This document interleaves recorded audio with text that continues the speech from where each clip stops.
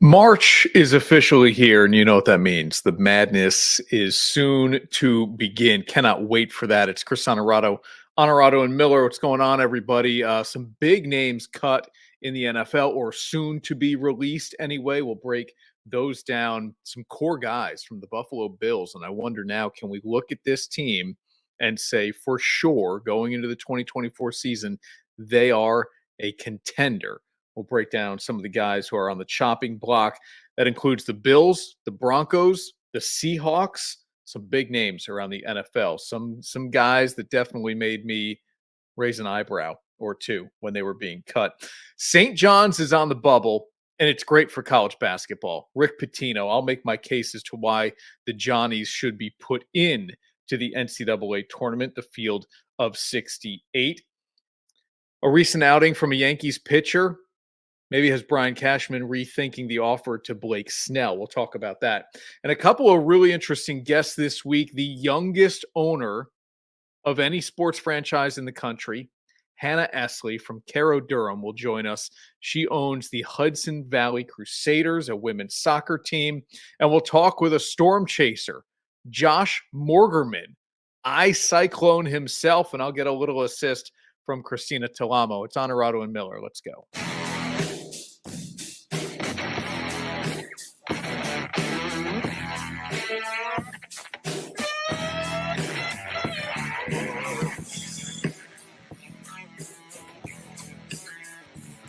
This is Onorato and Miller, sponsored by Alpin House. Andy Heck and Katie Osborne, the entire team at Alpin House. A shout out to them for supporting the show each and every single week. All right, let's start with the NFL here. It's always king, even in the offseason. It never disappoints. Some of the names that have popped up here as guys who will be released. This is the Bills list. Tre'Davious White, Jordan Poyer.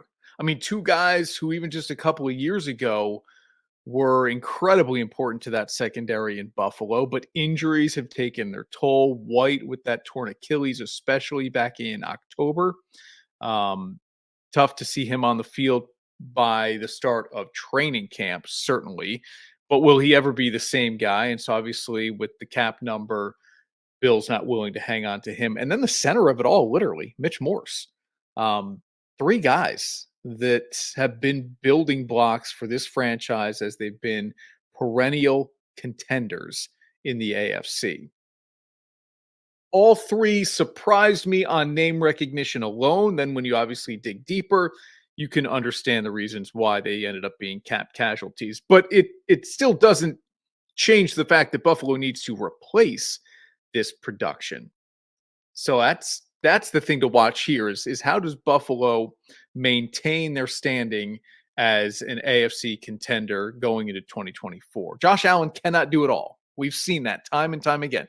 Yes, they ran the ball much more effectively when they made the offensive coordinator change, getting rid of Ken Dorsey.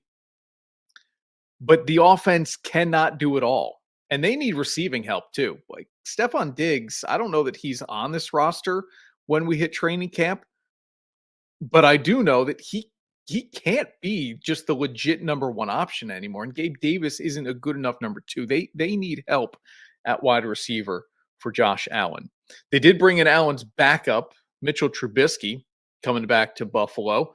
It was Kyle Allen last year. So Trubisky comes back as the Steelers are completely retooling their quarterback room, and Trubisky comes back to Buffalo. This is a cut that's more recent than the Bills' departures. This one, and Denver is doing more than just Justin Simmons, right? I mean, for me, it's the second name here. We all knew Russell Wilson would get released, and in fact, it might strangely work out that the Broncos find a trade partner, but I can't imagine with Wilson's cap number that's going to happen. But Denver is allowing Russell Wilson to talk with other teams before an actual release is made. Now, he will end up getting cut, and any team will be able to sign him for a very small number, maybe $1 million, because he's going to make 38 anyway from Denver. So if you're Pittsburgh, Atlanta, most recent team I saw was Las Vegas, if you're one of those teams, you don't have to pay him a big number. He comes in, he's the starter week 1, and perhaps you've drafted a guy to be the quarterback of the future, and he learns under Russell Wilson. I would say this. If I'm running a franchise and I'm drafting a guy in the top 10, top 15, I would think long and hard, and if you've watched this show enough, you know me. I would think long and hard about having Russell Wilson be the guy who sets the example for my quarterback of the future. Russ is a good player, obviously. People would say he's borderline Hall of Famer. But there are attributes to him personally, personality-wise. I don't love him as a leader. It's phony to me. I think guys in the locker room pick up on that. And so I don't know that I want my quarterback of the future, a guy I've invested a first-round draft pick in, to be sitting behind Russell Wilson and learning from him. Now, there are plenty of things, studying the game and on the field and practice and all that stuff, right, that would be valuable to have a guy like Wilson in front of a first-round pick. But there are other things, the intangible stuff, that I don't know. I think long and hard about that. But those are 3 teams that have been thrown around a lot here. Pittsburgh, Atlanta, most recently now Vegas. Interesting. I think Pittsburgh is the most interesting of them because Pittsburgh feels like the team ready enough to win a playoff game. Not going to get to the Super Bowl. But of those 3, Pittsburgh's the team that's closest to winning a playoff game. They were in the playoffs last year. Atlanta's very talented. And so it kind of becomes, look, it's funny. Everybody who just wants to bash Justin Fields, I think you're going to see Pittsburgh and Atlanta really going for him pretty hard. What is it? And benefit the Bears, by the way.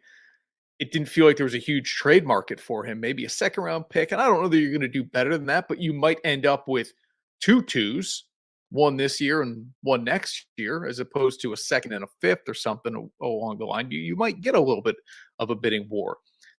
A lot of that hinges on Kirk Cousins as well. Where does he end up? Back with Minnesota, or is he a free agent that ends up wanting to sign with a team like the Falcons? So that's on Wilson, which we all kind of saw coming. Justin Simmons has been a terrific safety in his 8-year career with the Denver Broncos. Gone. It's funny. The turnover of the coaching spot is such a revolving door, right? We just expect 6, 7, 8 of them every single year. And there are many that don't surprise me because you kind of figure, that guy's on the fringe. He could certainly be fired. But every time we get to cut down, this isn't even cut down day, but this is right before you have to kind of figure out your salary cap situation. There are names that get cut every single year. And I think, man, that guy can help somebody. And he will. Justin Simmons will help somebody. It all just becomes a numbers game where he's currently just getting paid a little too much. Jamal Adams, Quandre Diggs. You need secondary help. You get Simmons, Adams, and Diggs. Now, Adams has had an injury history in Seattle that hasn't allowed him to be as productive as he can and should be. He was terrific at getting to the quarterback, both in New York and then early on in Seattle, but he just hasn't been that guy lately. So career revivals for some of these guys, yeah, I think good chance of that. I mean, look, as a Packers fan, I know how much help we needed safety position, and there are some names out there that could help, certainly. Xavier McKinney is one of them. Giants free agent safety. Throw him into the mix of all these safeties now available on the market. Going to be kind of interesting. We all know the deal on the franchise tags. We talked about it last week. Saquon Barkley is not going to get tagged. Will he work out a long-term deal with the Giants? I said on last week's show, it's not in his best interest to do that. I love Houston as a landing spot for him.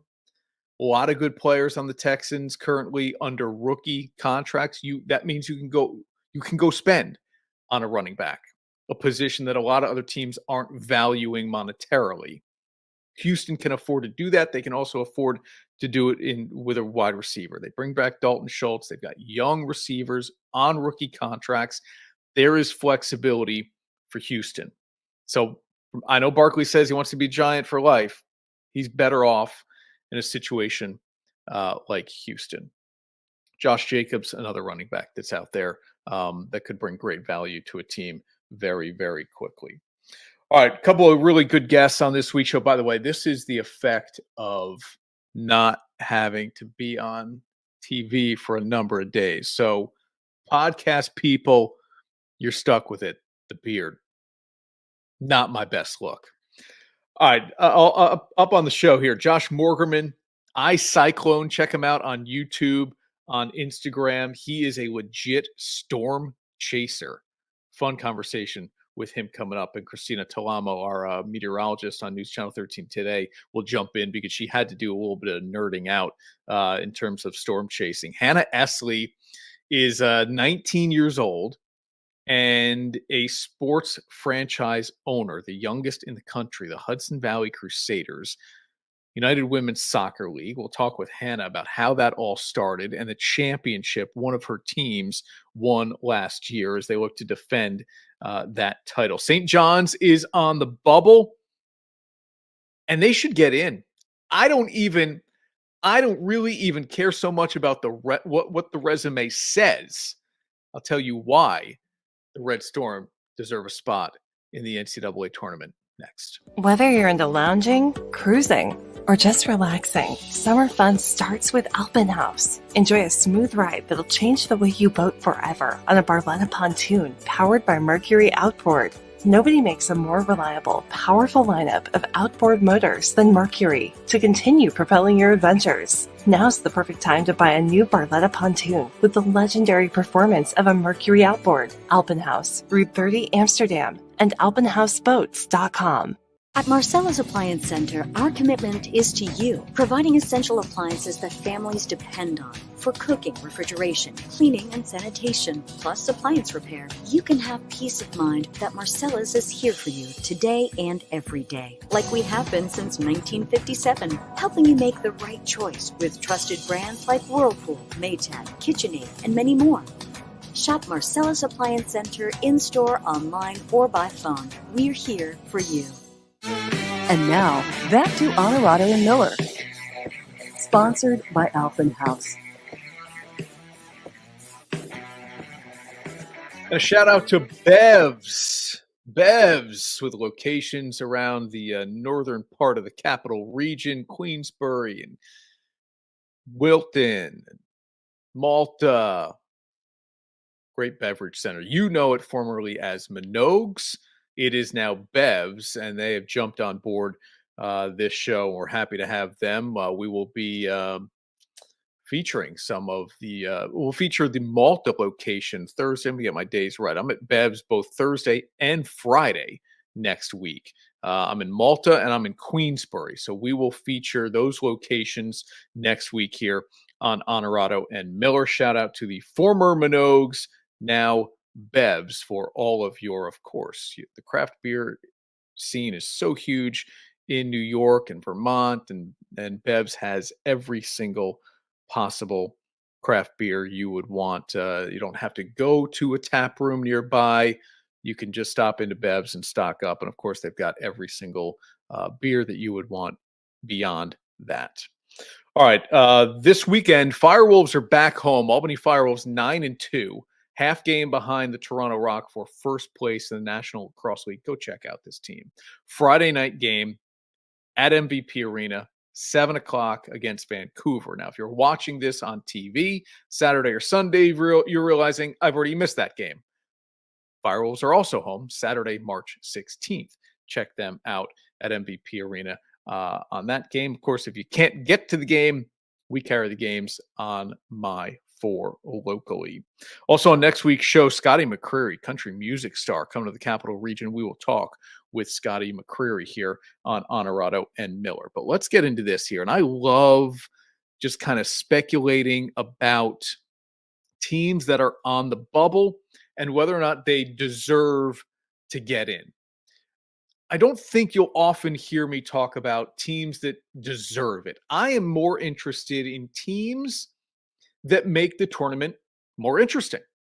And this is one of them. So put them in. Rick Pitino and St. John's. Now, 19-12, 10-9. Their final regular season game is against Georgetown. One they should win. It would get them to 20. And then they have the Big East tournament where maybe you win a couple of games. But even if they beat Georgetown and only win one game in the Big East, I want them in. The tournament is more interesting if Rick Pitino has St. John's there, period. The same way it has become more interesting or has been made more interesting when Syracuse doesn't, quote, deserve to get in, but they reach the Sweet 16 or Elite 8. And then we still have the conversation of, well, should they have been there in the first place? I don't care anymore. They're there and they're winning. And I don't know that St. John's is built to make any kind of run. They probably aren't. They've won 4 in a row ever since Pitino just ripped his team apart, saying it was the most unenjoyable experience of his coaching career so far this year. But they've won 4 in a row. And it's good for the tournament. It's good for ratings. Heck, put them in the first 4. Those TV ratings in Dayton are not good. So put them in the first 4. I'm tired of seeing the automatic bids, 16 seats. If you get an automatic bid, you shouldn't have to play a play-in game. Put them in the field of 64. If you think St. John's is too fringe, put them in the first 4. Let them continue to try to play their way in, and the ratings will be better on that Tuesday or Wednesday night in Dayton. So I am of the mindset of, does this make it more interesting? Yes. Good. Let's do it. Let's do it. Pitino, back in March. Absolutely. All right, another time out here on Onorato and Miller. Caitlin Clark has made history, as you all know by now. We'll hit on that. LeBron James, the first NBA player to go over 40,000 points. I talked about it last week. This guy just seems to be getting better and better. We were worried about, like, is he going to hit the finish line of his career before his son is even really active on an NBA roster? I mean, LeBron is showing no signs of slowing down anytime soon. A lot more to go here on Onorato and Miller, including the Performance Industrial Dirty Difficult Done. Back in a minute. I'm Jeff Ukelek. I'm owner of Bevs, and we're a beverage center in upstate New York. You're just going to have that wow component when you come in, like, wow, look at this place. It's bright, it's clean, it has everything that I need. Consumer is king. Be able to provide them a friendly environment and a place to shop, no matter where they are, whether they're down here in Saratoga or whether they're up in Queensbury. You're always going to get the same experience when you shop at Bevs. At the end of the day, if you walk in your stores, you're going to see a lot of people that have a lot of pride. The great thing about Novice is no matter who you are, they're going to put all the detail in the world into your brand. I feel like they have been a big part of my success, making me feel comfortable. This is Harrison Butker, Super Bowl champion kicker for the Kansas City Chiefs. Claim your crown. And now, back to Onorato and Miller. Sponsored by Alphen House.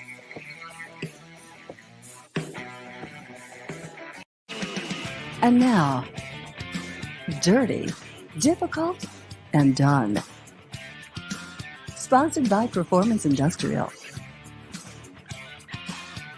Bill and Karen Miller and their entire team at Performance Industrial, where there's never a job that's too dirty. There's never a job that's too dirty or too difficult for them to get it done. All right, hear me out on this one. I know nobody cares about Ben Simmons anymore, but I just want to take the moment here, now that he is officially done for this NBA season, that it may be his NBA career that we are declaring done very, very soon.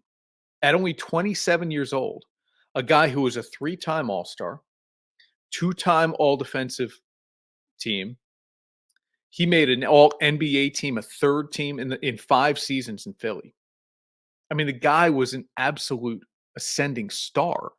Now, there were always those question marks about whether or not he was good enough offensively, but he had a style of play where you couldn't stop him. If he had the ball beyond the 3-point line, he put it on the floor, you couldn't get in front of him. You couldn't stop him. We constantly said, like, don't let him get downhill was the big thing. And he would get to the rim at will. Now, we knew wasn't a great free throw shooter, couldn't shoot it from 3. And then we later found out that the guy's just ultimately afraid to shoot the ball anywhere beyond like 6-7 feet. But for a time, he was an excellent rebounder, great passer, incredible defender. And now it looks like it's just all gone. I mean, listen to this. Ever since he was traded from Philly to Brooklyn for James Harden, Ben Simmons played, he didn't play at all that first year he was in Brooklyn, not at all. Then he played 42 games in 22-23, so last season. And he's only played 15 games this season. It's a back injury that's caused so many issues for him and the reason why he's done for the year. But at 27 years old, a guy who looked like he was such a promising star has 1 year left on his contract.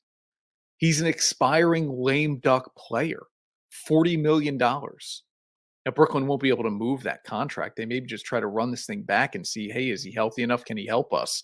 And if he can't, we let the thing expire and poof, it's gone. And okay, we live and we learn. But when that contract expires, who's signing him? What is his value? Even if I said to you, you could get him at the vet minimum. Why? Why is he coming off the bench for you? What is he giving you? I don't even think a basement team, Detroit, San Antonio.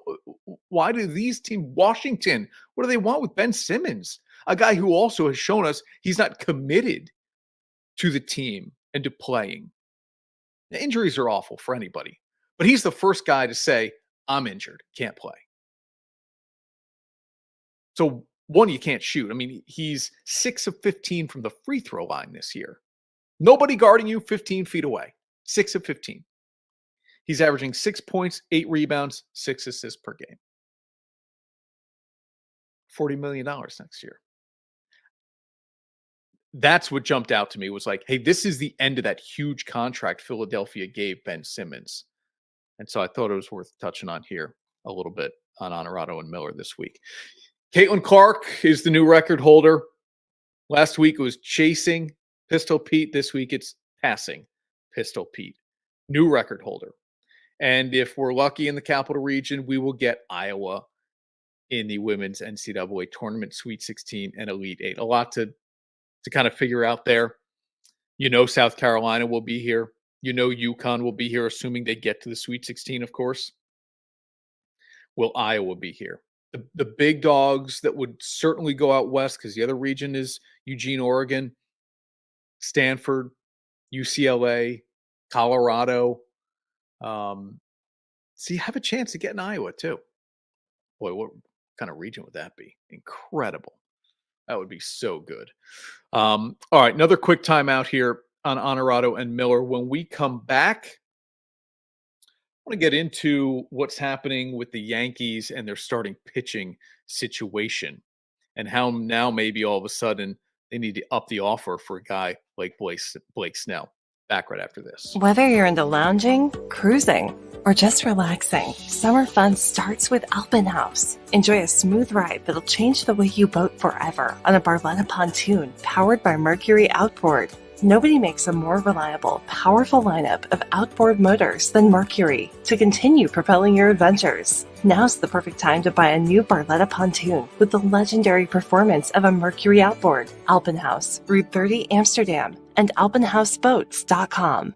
At Marcella's Appliance Center, our commitment is to you, providing essential appliances that families depend on for cooking, refrigeration, cleaning, and sanitation, plus appliance repair. You can have peace of mind that Marcella's is here for you today and every day, like we have been since 1957, helping you make the right choice with trusted brands like Whirlpool, Maytag, KitchenAid, and many more.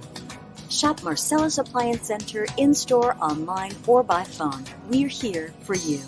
And now, back to Onorato and Miller.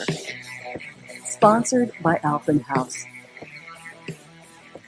And a shout out to all of our partners, Marcella's, Novice. Of course, you just saw the spots with Alpenhaus and Bevs as well.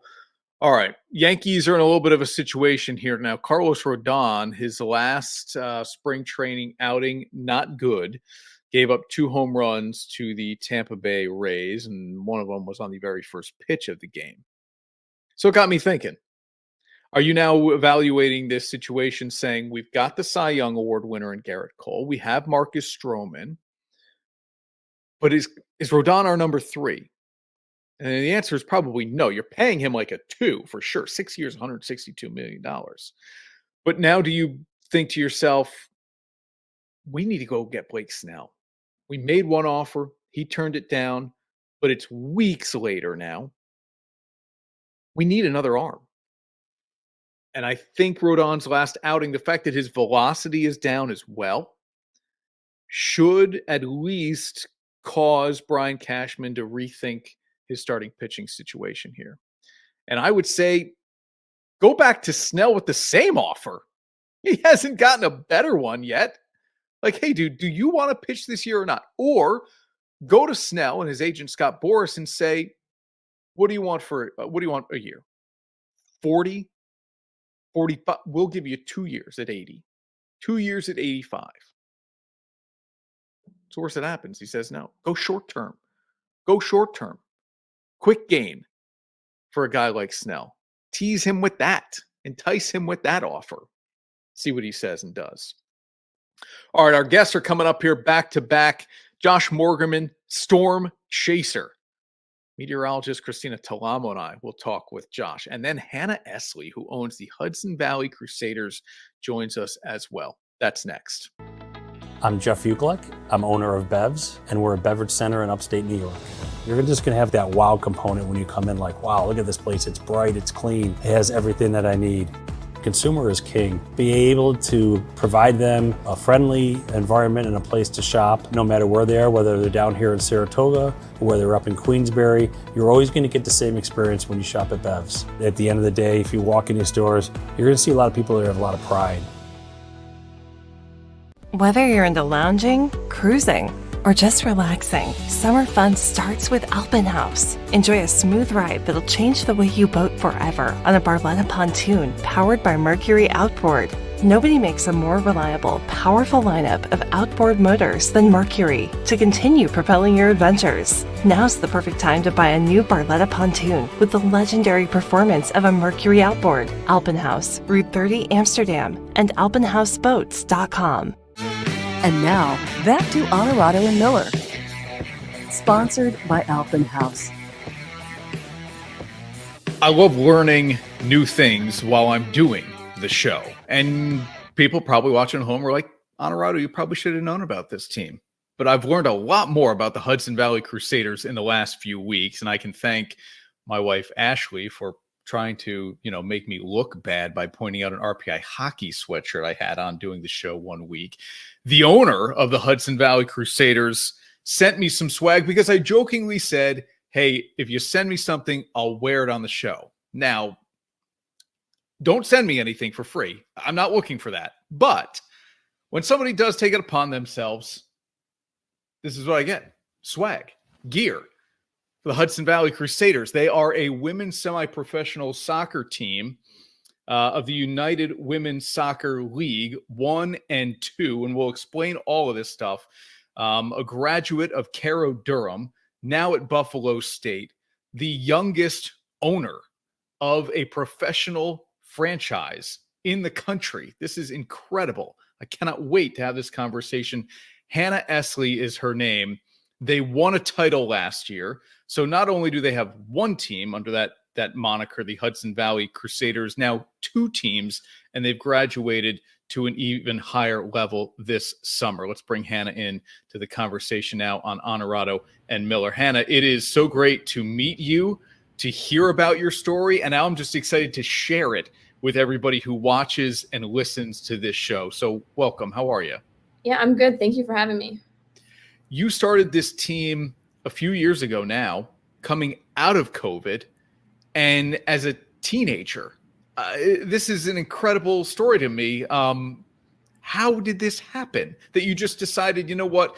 I see soccer teams that are like semi-pro or travel in Albany and then obviously New York City, but this spot in between, the Hudson Valley, was kind of ripe for this. Why were you the one to see it and then make it happen? I guess just why not me? I wanted to do it and I wanted to see something happen in my area. So I had a lot of support and so I just decided to do it myself. You're a soccer player yourself, obviously.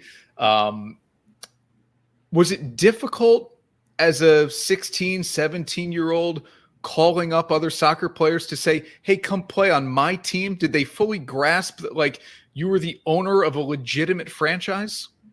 I'm not sure, but we definitely got a lot of players to buy in, and a lot of players who played our first season are still in the program and are returning to their fourth season this summer. So I think they appreciate having someone younger that they can relate to who's in charge or kind of running it. Yeah, for sure. And your coach is a Cairo Durham grad as well, right? Well, Yes. Did you have that connection initially? No, he is the sibling of one of our former players. So that's how I made that connection. That's incredible.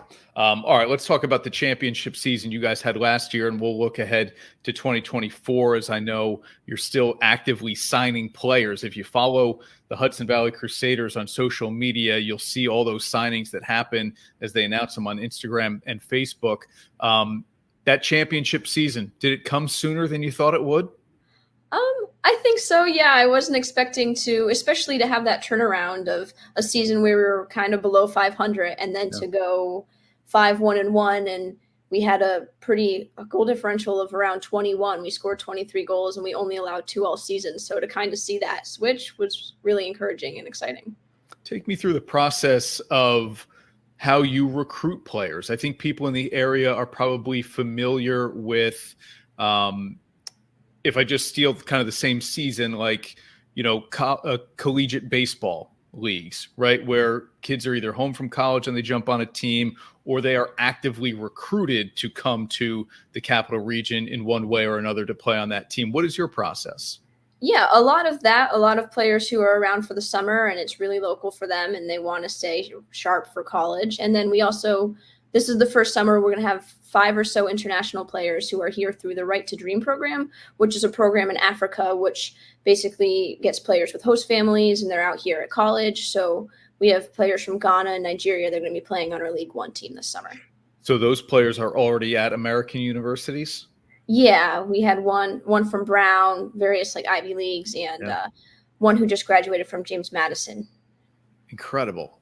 It just takes me to another level of thought here that, like, what the opportunity you are providing for not just soccer players, but humans, women, to, kind of seek another life, if you will, maybe in some cases a better life. Do you think about that at all? The impact and effect you're having on other young women?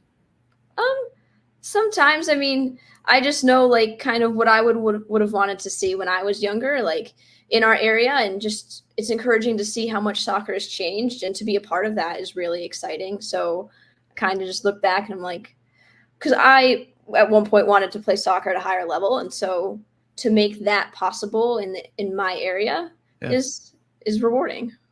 You're at Buffalo State now. What are you studying? I'm studying biology. Okay. Why aren't you studying business? I get asked that a lot. I want to be a physical therapist. So.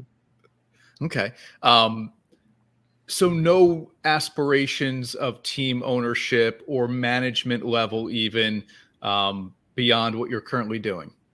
I'm not sure. If an opportunity opens itself and I see something, I'll pursue it. But I've been planning my life around this team so far. I plan on coming back to the area to pursue my doctorate of physical therapy and hopefully be the physical therapist for the team and be involved in that way still too. I was just going to ask, will you be CEO, owner, trainer? That would be the goal. Yeah. Thank you for the swag. This is awesome. Look, to any franchise, support is important. So when I got your letter, I thought this is literally the least I can do is hopefully introduce you to some other people. I already see you do have some local support in the way of sponsors, but how critical is that level of support for this team to continue? Yeah, it's a huge part of making everything possible, because one thing is we're free to play for the players. The only charge that they incur is their uniform. So the businesses that support us help to make that possible, and we really appreciate their support. And they're all listed on our website, and some of them get to be on our uniforms, but that's huge, their support for sure. Yeah, and again, under Hannah's name, you see the social media handle to go check this team out. And if you want to support them, it's easy to do. So based in Saugerties, right? There are players who have graduated beyond United Women's Soccer League to go on to the National Women's Soccer League, which, oh, by the way, continues to grow and is having great success. Of course, the World Cup is a dream for everybody, but this is a pathway that you're providing for players to continue to play at a higher level. Is that part of your pitch? Like, hey, come play for us because look at the success other players have had. Yeah, absolutely. We have quite a few players on League One who that is their goal. Their goal is to go on and play professional soccer. So that is part of the pitch. And then obviously, too, this is a really high level. A lot of players that are going to challenge you and make you a better player. So you had great success in League Two last year, so you need to defend a title. But at the same time, you're trying to build a team that's ready to compete at the highest level in this league. Which is the greater challenge, to defend the title or to go in as kind of a quote-unquote expansion team? I think the expansion is a bit more challenging, but I think there is the challenge to not be complacent and to continue to go and see great success at League Two. And then obviously we're not going to just say, oh, this is our first season, so whatever happens, happens. I mean, we want to go to the playoffs. We want to go to the national title game. So complacency nowhere, trying to win everything. I love that. All right. How do people find you? How do people go see these games? Yeah, absolutely. So we play our home games at SUNY New Paltz. That's where we will have a doubleheader. So our League Two will play in the morning and then League One in the afternoon when we're home. And then when we're away, we'll be traveling all over the Northeast for different games. And then we're also going to be streaming on YouTube and then local television in New Paltz and Saugerties. And we will be streaming recordings of our games on Mid-Hudson Cable Television. That is awesome. I mean, it's let me tell you something. It's incredible what you've been able to put together here. And I know you're not doing it alone, but still to be the figurehead of this franchise and to have coordinated everything the way you have is really impressive. Parents got to be pretty proud. Do other people look at you the way I'm kind of looking at you through this interview? Like, how the heck have you pulled this off? Maybe. I get asked that question sometimes and I don't really know how to answer it just because I want to do it. So I do what I need to do to make it work. And that was kind of what my parents taught me to do. So that's awesome. Any part of you, I'm sure there is, really miss the game as you're just kind of running the ownership part of it? And is this what allows you to even beyond your youthful years, which you're still certainly in, allow you to really stay in the game that you love? Oh, yeah, I do still play. I play at college and I play on the League Two team, but I'm excited to have the League One team so I can kind of have that one team where I can focus fully on making the game day experience something special. So, yeah, I love that. This is so cool. Congratulations on all the success you've had with this squad. Before we say goodbye, what do our viewers and listeners, what else do they need to know about this team that you want to make sure gets heard?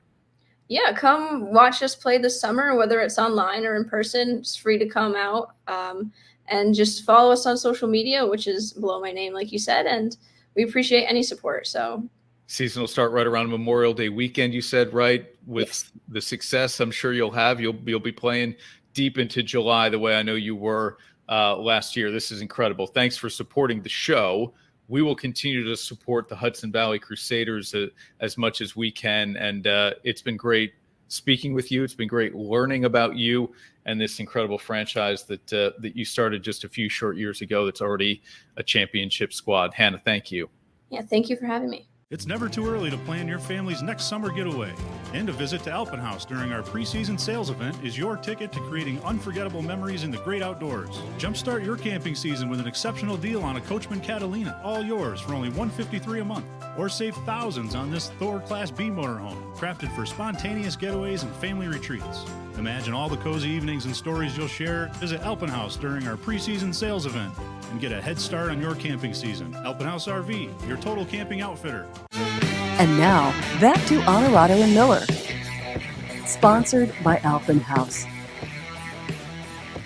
Back on Onorato and Miller, and listen, sometimes I need a little bit of help from my friends. And that's why I've called in our News Channel 13 today, meteorologist Christina Talamo, because we are going to talk. Christina, I just kind of figured this would be perfect for you. Hopefully you'd have some fun with it. You know I will.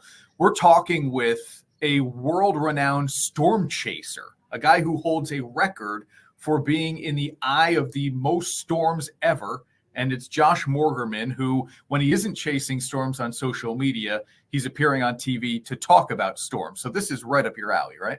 Yeah, he's living my dream. So I've got a lot of questions about what's that like, weather nerd to weather nerd, hurricane nerd. So I'm very excited to talk to him for sure. I have a hard time believing being in the eye of a hurricane is anybody's dream. But yeah, the thrill seekers out there would agree with you for sure. Let's bring him in. He's live from Las Vegas for us this week. Many people know him as iCyclone. He's at the annual International Builder Show, courtesy of his sponsor here, James Hardie, doing good work with Habitat for Humanity, which we will talk about here. But Josh, first of all, it's Chris and Christina in Albany, New York. It's nice to meet you, man. How are you? Great. And it's thanks for having me. And Christina, yeah, I was very excited when I heard that there's going to be a meteorologist on this, so we can have some like nerd to nerd kind of discussion here. Oh, I'm so excited. I was even looking, I know, Hurricane Man, and just going through some of the storms that you've been in. And Chris was even just saying that you have the record for being in the most eyes of a hurricane. It blows my mind. So I literally have always dreamed of being in the hurricane hunters and everything like that. So it's super cool that you get to do that every day, or just, for fun, your passion project. It's just awesome. Yeah, it's kind of, I would almost describe it as an addiction, because there are times, I'll tell you honestly, there's sometimes it's like, oh, I don't want to chase, especially toward the end of a big season. I get almost burned out. It's like a tennis player playing too many tournaments, and you get toward the end of the season and you're like, no more. But something in you, with the hardcore storm chasers, there's something that just drives you. You keep doing it, whether you want to or not. Okay, I love the parallel there, because I'm a big sports guy. Do you ever see yourself becoming that tennis player or golfer who only plays the majors? So it's got to be a Cat 4 for you to get involved at some point. No, it's interesting. Even though I'm the world record holder for having been in the cores of the most hurricanes and typhoons, or cyclones, that's what they call them down in Australia. What's interesting is that, in some ways, I guess I've become a little bit of a snob or a connoisseur. But interestingly, I live on the Gulf Coast, and I still sometimes I just want to go chase a Category 1. It's a different kind of chase. It's a sort of a lighter experience than when you're going for like a Category 5, which is scary, and you got to kind of, it's sort of like that's going from conventional warfare to nukes. Like Category 5s, you got to handle so carefully, whereas some of the kind of the lower end hurricanes, you have more flexibility in terms of how you shoot them, how you experience them. So I'm not too snobby, but who knows, maybe my taste will evolve some more. Yeah, I can imagine the mindset is very different when you're going into a Cat 5 as opposed to, as you were saying, a tropical storm. You can chill a little bit and don't have to really, prep as much, I guess. Yeah, exactly. And, it's interesting. I've been in 5 Category 5 hurricanes, like really in them, and those are kind of life-changing experiences. It's hard to convey it. If you haven't been in a hurricane or like a bad one, it's you can't capture the experience from video. There's something about it. It's like the way it sounds. The video doesn't capture all of the layers of the sound, or even how you feel. When you're in like a little concrete building and the wind's blowing at 185 miles an hour and the walls are trembling from that, you feel that in your body, those vibrations. It's very hard to convey it to someone who hasn't experienced it, but it's scary and it's thrilling all at once. Okay, does that then put you, Josh, in a better position?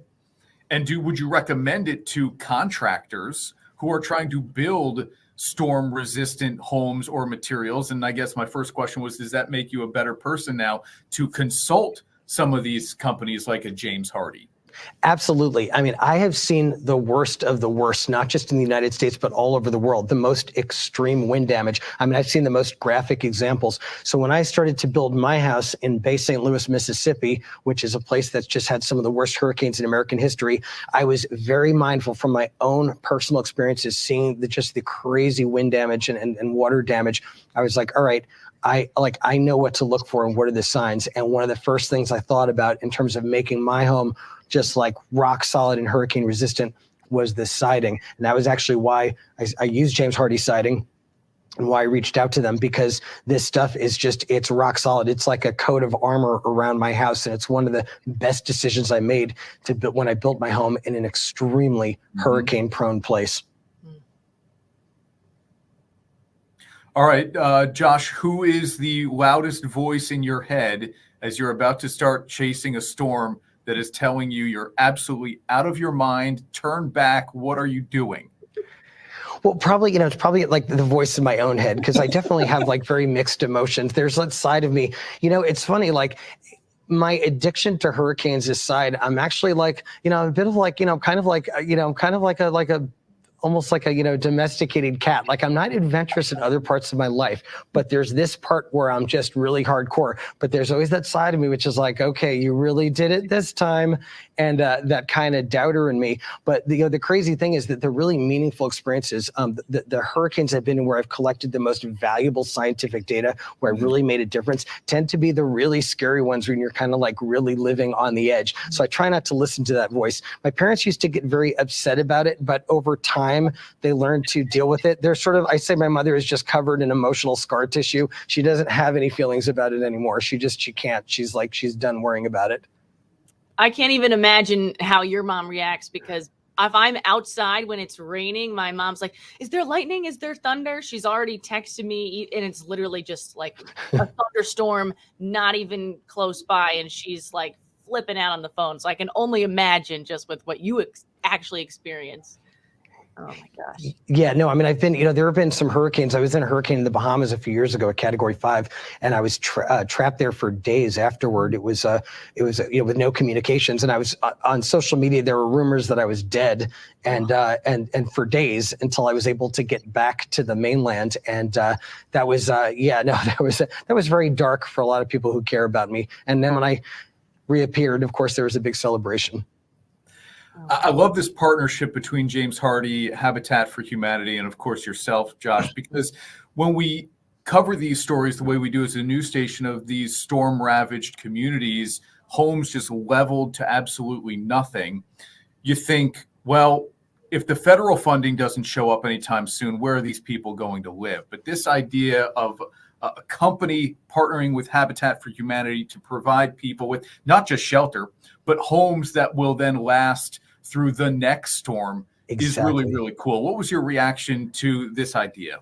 Oh, exactly. I was so excited about this. So I'm a big fan of Habitat for Humanity International. And actually my town, Bay St. Louis, Mississippi, was devastated in Hurricane Katrina, and Habitat for Humanity was helpful in terms of rebuilding parts of the town. Mm-hmm. So Habitat for Humanity has this new program called Habitat Strong, which is about building homes that are not just affordable, but also climate resilient. And so this partnership makes so much sense because James Hardie is all about, building for resilience. The fiber cement siding, it's impervious to all of the sorts of environmental abuses that our homes experience, whether it's high winds, the moisture that warps houses or causes mold, or termites, or even fire. This stuff is sort of impervious to all those things. So it makes perfect sense that James Hardie would be the newest corporate sponsor for the Habitat Strong program to help make these houses resilient. And one thing I want to add, it makes so much sense in terms of Habitat for Humanity's mission, because it is about affordable housing.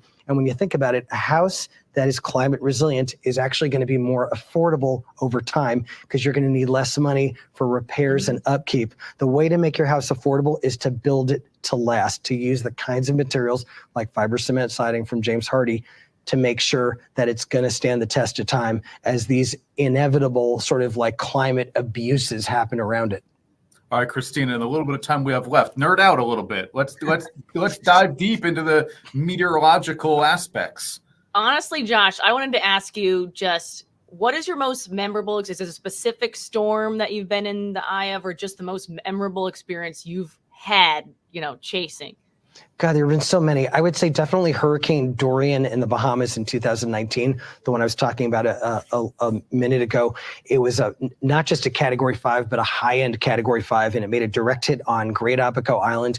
And going through the eye of that, just being in the core of that hurricane, when it was ripping full blast, I was in a little concrete building and it was just shaking, and outside you couldn't see anything. Everything was just white. And then we got into the eye of the hurricane and it was like the white curtain lifted. We were in the calm center of the hurricane and there was just this circle of blue sky above us. The cars in the parking lot had all been thrown in every direction. The trees were just sticks. There were collapsed concrete walls. It was just like, it looked like we'd survived a nuclear bomb blast. And I just remember that moment. There was something just so surreal about it. That moment sticks in my mind. And also being trapped there for days afterward.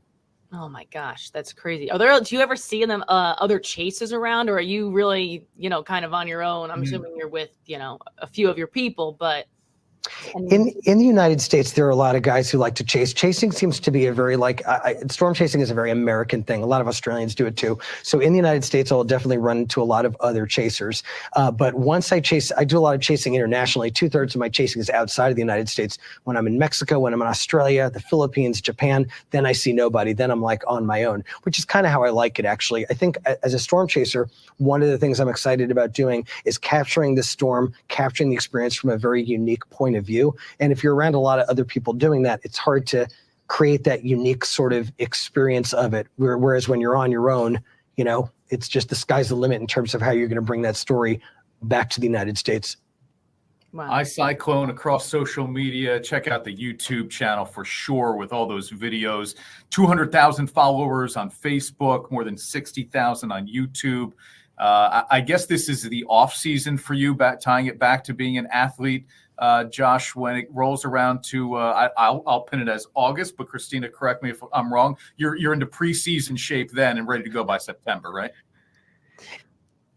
Exactly. Right now, it is kind of the off season. Now, I chase all around the world, and right now it's the off season for us, but for Australia and places in the southern hemisphere, it's actually full season, peak season for them right now. This is their hurricane season. They call them cyclones down there, but they've had kind of a dead year. So it has been sort of a time to just kind of rest and hibernate. But I am sort of starting to come out of hibernation. And as Christina has probably heard, because I know she listens to the same scientists and people that I do, the early indicators are that it might be a big season. There's some very kind of sinister early indicators in terms of the sea surface temperatures, in terms of El Nino switching to La Nina. Certain things are saying that we might have another big hurricane season. I mean, Christina, you've been hearing that as well, I imagine. Yes, I have. So it'll definitely be interesting. I know, still a little bit early, but, we get the early outlook coming up, March, April at first from the National Hurricane Center, NOAA. So definitely keeping my eyes on this season for sure, as I'm sure you are, because you got to get moving. Exactly. Josh, this has been fun for us. Christina, thanks for jumping in and helping me out. Check him out on social media, Josh Morgerman, who is a world-renowned storm chaser and teaming up with James Hardy and Habitat for Humanity to do a lot of good in the areas that have experienced some of those storms. Josh, thank you, man. Hey, stay safe. We'll be entertained, but we'll be thinking about your safety paramount. Thanks so much, Chris and Christina. I appreciate it. At Marcella's Appliance Center, our commitment is to you, providing essential appliances that families depend on for cooking, refrigeration, cleaning, and sanitation, plus appliance repair. You can have peace of mind that Marcella's is here for you today and every day, like we have been since 1957, helping you make the right choice with trusted brands like Whirlpool, Maytag, KitchenAid, and many more. Shop Marcella's Appliance Center in-store, online, or by phone. We're here for you. The great thing about novices, no matter who you are, they're going to put all the detail in the world into your brand. I feel like they have been a big part of my success, making me feel comfortable. This is Harrison Butker, Super Bowl champion kicker for the Kansas City Chiefs. Claim your crown. And now, back to Onorato and Miller. Sponsored by Alpenhaus. Really enjoyed those conversations. Morgerman is a beast. I don't know how you do it. I know they're out there, but you got to be a little crazy. You got to be a little crazy to go storm chasing like that. And I know there are plenty of people would say it's irresponsible, right? Perhaps in the way of, clearly not setting the example that authorities would want by evacuating and all that. But the videos are incredible. And he's got some really good stories, obviously, as you heard. And Hannah Esslie, I mean, what can you say about her? College student, playing college soccer, started a women's soccer franchise that it's part of a league that has pushed players onto the professional women's soccer league, the National Women's Soccer League. So incredible what she's done. Caro Durham and now running a sports franchise. Really, really cool. You heard her say they'll be on TV this coming season. They've added a team, right? There's the UWSL League 2, and now they've got a League 1 team because of the championship that they won last year. Really, really cool. All right. This should be a segment we start. And I don't know. Are there enough weird things out there that we could do this every week? Maybe not every week, but often enough. We'll just call it Will You Watch? It feels like a ripoff from Lebitard's show when it was like, Are You Interested or whatever. But will you watch? Mike Tyson, at 58 years old, is going to box 27-year-old Jake Paul on Netflix on July 20th. Are you interested? I'm not. I mean, I get it. I make the case all the time for like, hey, I don't really care the quality of it necessarily, but if it's interesting, count me in. This can't be good. This is a 58-year-old man against a 27-year-old. I don't care how scary and strong Mike Tyson still might be. I watched him fight Roy Jones Jr. 3.5 years ago, and it was far from entertaining. And I paid whatever I paid to watch it. I don't remember.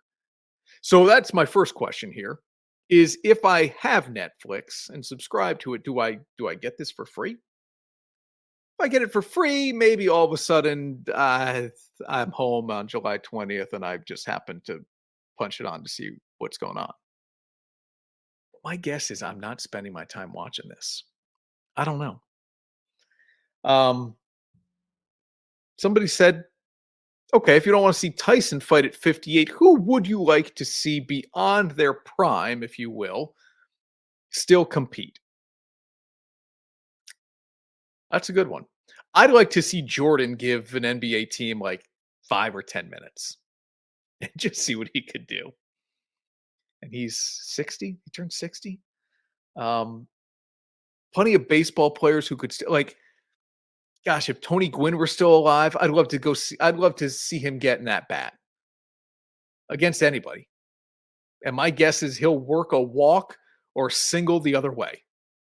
That's probably how it would go for him. I don't know. So think about that one. Throw it in the comments. Who's out of their prime, maybe not even living currently, that you would still like to see them go out there and give it what they've got 10, 20 years beyond their prime. Kind of interesting. Tyson's way past that. I mean, I know Foreman in his 40s and Tyson in his 40s, but this is 58. Look, it's a 27-year-old. I just don't think I care. How about that?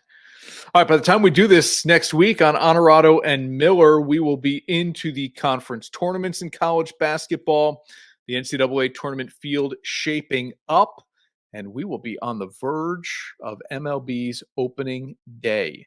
Can't wait for all that. Thanks for hanging out, everybody. Have a great weekend. We'll see you next week.